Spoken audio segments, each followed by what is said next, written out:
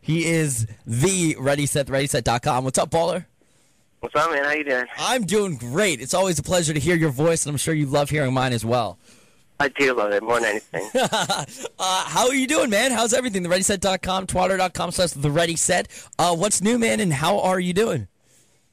I am doing awesome. I'm in the studio working on some new stuff, hopefully a new album, and new EP just came out a couple of days ago. Got a bunch of tours lined up this fall, so it's looking like it's going to be pretty crazy here in a couple of weeks. Yeah, dude, and definitely will be. And it's got to feel good because, I mean, well, you've been relentlessly touring. If you look back at, I can't believe 2011's almost over, but I mean, you haven't really had a real break at all, especially this year, right? Yeah, I try to keep it that way. It drives me nuts if I have like too much time off, so I like to just be constantly going. So I've enjoyed it. I'm actually hoping next year's a little bit more busy, so I can. I'm just gonna try to not sleep for a whole year straight and see how that pans out. Perfect. Well, if you ever need late night phone calls, you know who to call.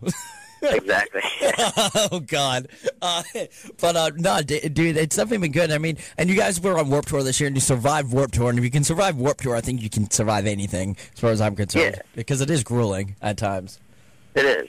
So it is. Good for you. It's like a dust bowl at many of the shows. I know it was hot as hell this year too. This summer, dude. Remember the Texas dates, man, for Warped? Those were insane.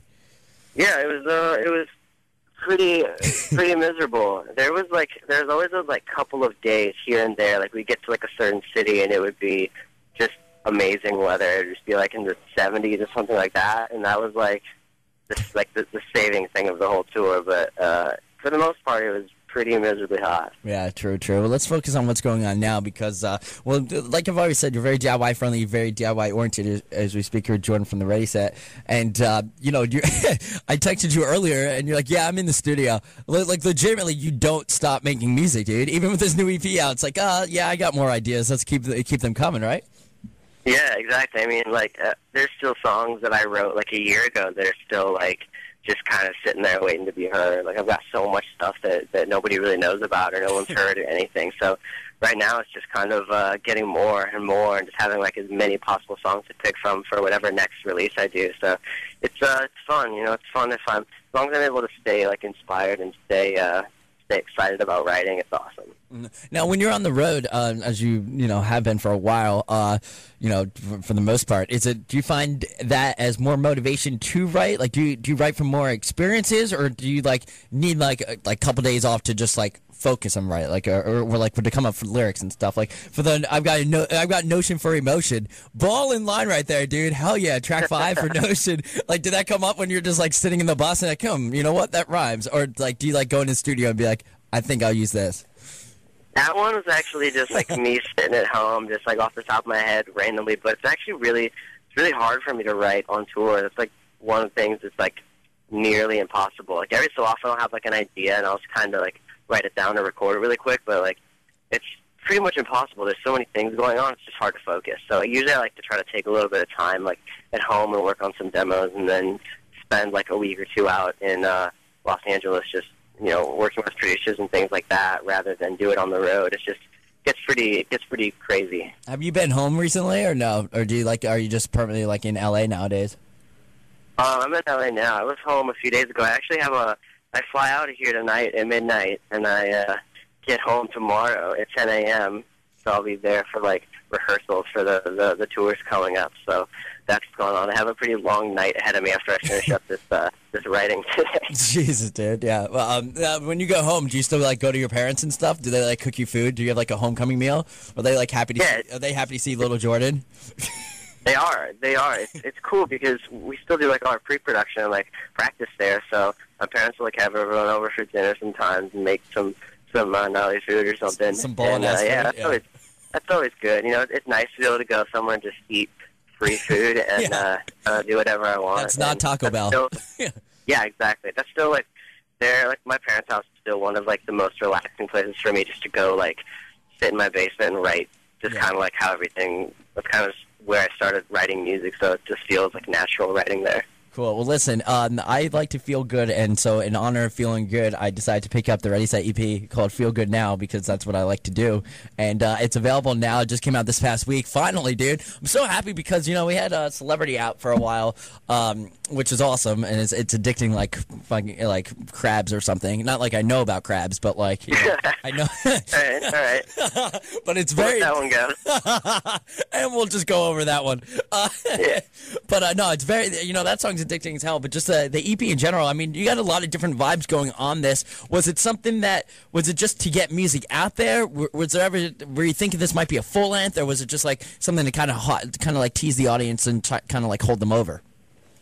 Honestly, it was kind of one of those, it was so incredibly spur of the moment. Like, I went to LA for a week. I sat down with my A&R. We didn't know what we were going to do. We were like, we didn't know if we were going to do an album, if we were going to do like a deluxe version of the first album, or what we wanted to do. And there was like so many different changes going on at the label, so everyone's head was in like a million different places. And everyone was just like, well, maybe we should wait till we get another single or do whatever. And me and my management were just kind of like, you know what, let's just do a 5-song EP. Let's just put it out and make it kind of like a thing for fans, not really worry about radio stuff, not really worry about like any of that. Just kind of wanted to do something to kind of just hold people over and all that. But it actually ended up being like some of my favorite stuff that I've done. It's just really, which is funny because when you sit down and just write without any pressure, it's just kind of for fun, and things tend to turn out pretty great. So wait.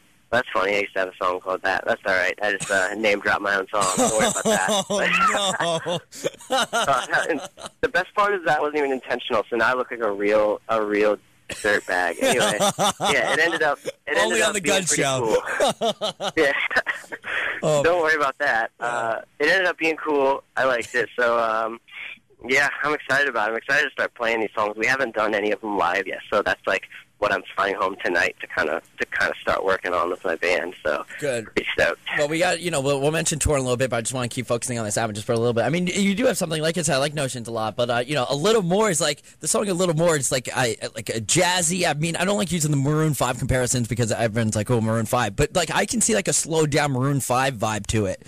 With a little more to with the song a little more. It's, like I like that because it kind of just showcases. It's like, all right, let's take this down a little bit, but it still has like the emphasis and some groove to it, and then yeah, and then that's like a fun thing about where things are sort of going for me is that I'm excited because I like writing those kind of songs, and I like writing songs that are just kind of like not so much like electronic sounding, like not so like dancey or anything. Like I like being able to just write some like chilled out pop songs like that. It's almost got like a reggae-ish vibe to it, which is.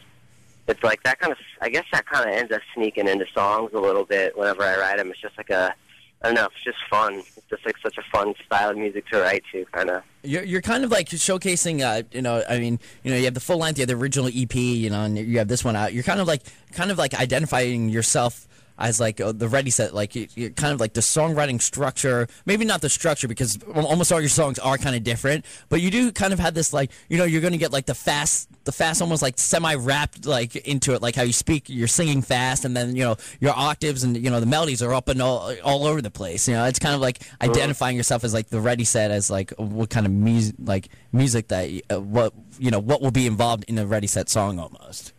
Yeah, exactly. You kind of know what I'm saying, like with that, like like you always have like a fast part in a song, like some songs, and and then just hitting up and high octaves and stuff. So yeah, there's definitely that kind of thing that I guess sort of unintentionally became like maybe like the trademark-ish Rick Ready Set thing that I do, and that's probably like that quick thing, the fast singing, rapping, whatever thing, and then like the fun little falsetto things. But I don't know, those are just like natural things that I guess I lean to whenever I'm working on stuff. So that's just kind of what happens. What's your favorite song on this EP? Favorite song on the EP is definitely Killer. Yeah. Because it was like... Run away, really, run away. Go ahead, walk it off. Really, go ahead, walk it off. You know what's good for you. So, see, I know the lyrics, man. I'm a baller. Yeah, I know, dude.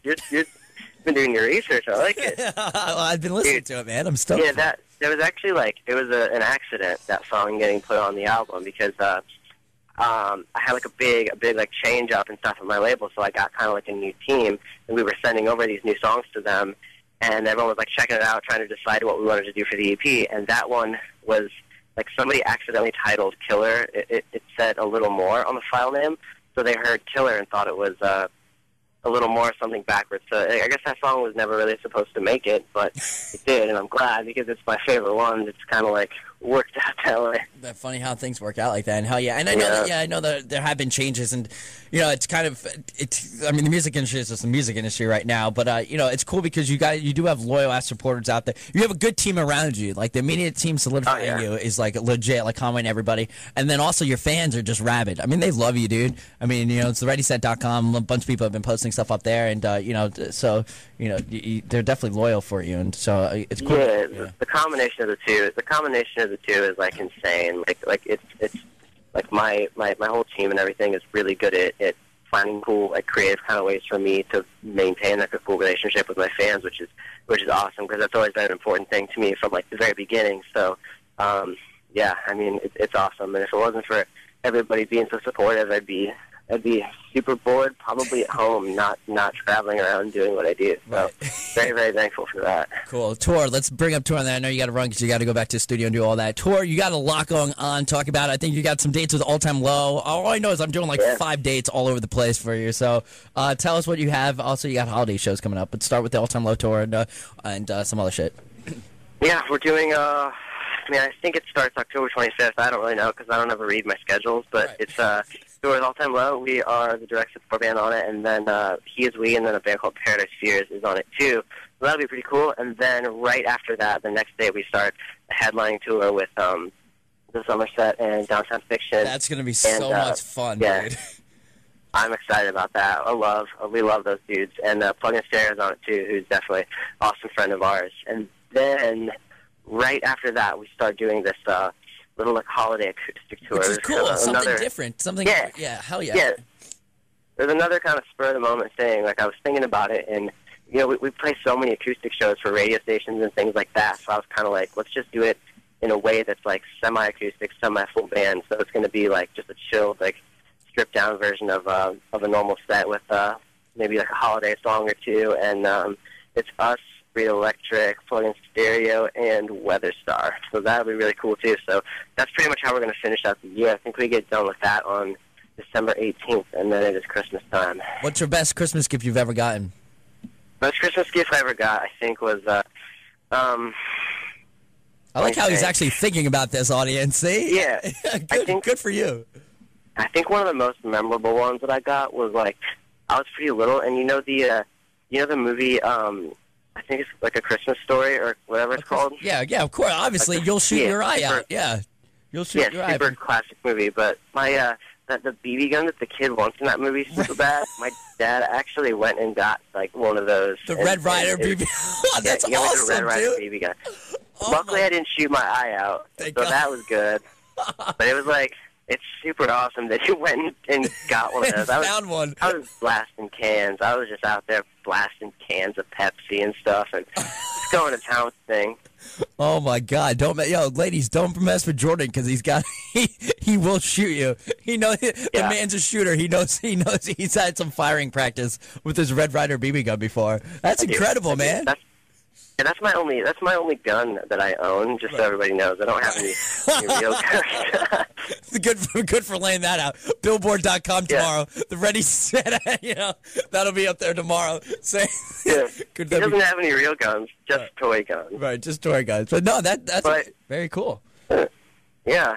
So that's probably that's probably my most memorable Christmas present. But I've gotten some cool things, but I don't know. Getting presents is whatever. I actually get really excited to like pick out presents that I think are thoughtful and give them to people, even if they kind of suck. But I try my hardest. Yeah, it's all as long as you have good intentions. Good intentions pave the way to hell, by the way. Remember that quote. Yeah. All right, good. We're becoming educational here on the Gunz Show today. We're giving you quotes. We're giving you everything. But most importantly, Feel Good Now EP. It's available now. Pick it up. Make sure to pick it up. iTunes, Amazon, everywhere. TheRaySet.com. Go out, see him on tour. What should people bring you on tour? Capri Suns or what? The only thing I ever want is just Starbucks cards. That fuels my fire. That pretty much that probably saves me hundreds and hundreds of dollars when I get those as gifts. But I'm fine with anything. I don't need any gifts. But if you are going to bring me a gift, that's what I'm into. Wink, wink, hint, hint. If you are going, Are you excited for all the different? Obviously, the wintertime, Starbucks has all those crazy ass drinks. You know, do you try them all out, like the different, like, you know, coffees and stuff? Like the cinnamon twist, or? I just get stuck on one thing. There's one thing. There's like maybe two things, but I don't know. I'm kind of a creature of habit. I kind of get like, I just look forward to that moment in the day when I get to go and get Starbucks and get my caffeine and just get to, you know, get to enjoy that. So that's like a highlight of my day. So cool, man. Listen, you're a great American. Always a pleasure catching up with you, dude. Definitely. You too, man. All right, I'll see you out on tour, All Time Low, etc. Headlining tour, bowling. If you don't know now, you do know you only live once, but you live like us. Once is enough. Jordan, the Ready Set. Thank you, dude. Thanks, man.